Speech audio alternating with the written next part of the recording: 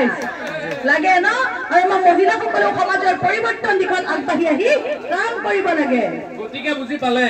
এই প্ৰকল্পটোৰ মূলতে আপোনালোকৰ অংশগ্ৰহণেই হ'ব সক্ৰিয় আৰু অপৰিহাৰ্য একেবাৰে সঁচা কথা আপোনালোকৰ সহায় সহযোগিতাতহে এটা প্ৰকল্প সফল হৈ উঠিব লগতে আৰু আমি দৈনন্দিন জীৱনত কিছুমান কাম কৰি পৰিৱেশ সংৰক্ষণ কৰিব পাৰোঁ যেনে ধৰি লওক মুকলি ঠাই এডোখৰ দেখিলে তাত লেতেৰা জাবৰ জোথৰ পেলাব নালাগে হয়নে এই মুকলি ঠাই এডোখৰ দেখিলে তাত থুক একাৰ পিক আদি পেলাব নালাগে আৰু এই প্লাষ্টিকৰ ব্যৱহাৰ বন্ধ কৰিব লাগে পৰাপক্ষত আমি জৈৱ পচনশীল সামগ্ৰীসমূহ এটা এটাকৈ বাছনি কৰিব পাৰোঁ বিদ্যুৎ আৰু পানী অপচয় কৰাৰ সলনি তাক আমি ৰাহি কৰিবলৈ চেষ্টা কৰিব লাগে অনুষ্ঠান পৰিৱেশন নকৰি সেই ঠাইত আমি বৃক্ষৰোপণৰ ব্যৱস্থা কৰিব পাৰোঁ জীৱনশৈলী সৰু সৰু পদক্ষেপে ইতিবাচক পৰিৱৰ্তন কঢ়িয়াই আনিব পাৰে বঢ়িয়া সুন্দৰ ভাল কথা কৈছা আৰু ক'বলৈ এইটোৱে যে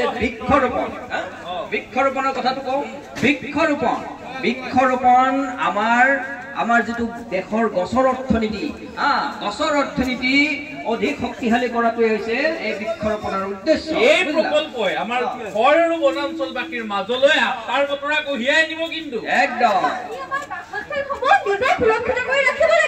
মৰমৰ সতীৰ্থসকল আপোনালোকে ৰোপণ কৰা প্ৰত্যেকটো গছৰ পুলি আমাৰ বনভূমিৰ বাবে একোজন সতীৰ্থ সম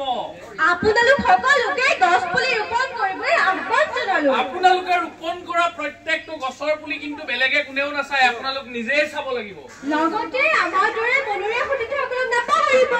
তেনেহ'লে আহক আমি সকলোৱে হাতে হাত ধৰি বনৰ নায়ক হওঁ আহক আমি সকলোৱে বনাঞ্চল ৰক্ষা কৰোঁ আমাৰ ভৱিষ্যত প্ৰজন্মক এখন সেউজীয়া পৃথিৱী প্ৰদান কৰোঁ সুস্থ পৰিৱেশ তন্ত্ৰ আৰু সুখী সমাজ গঢ়িবলৈ আমি ঐক্যবদ্ধ হওঁ বন সুৰক্ষা জীৱন ৰক্ষা বন সুৰক্ষা জীৱন ৰক্ষা বন সুৰক্ষা জীৱন ৰক্ষা ধন্যবাদ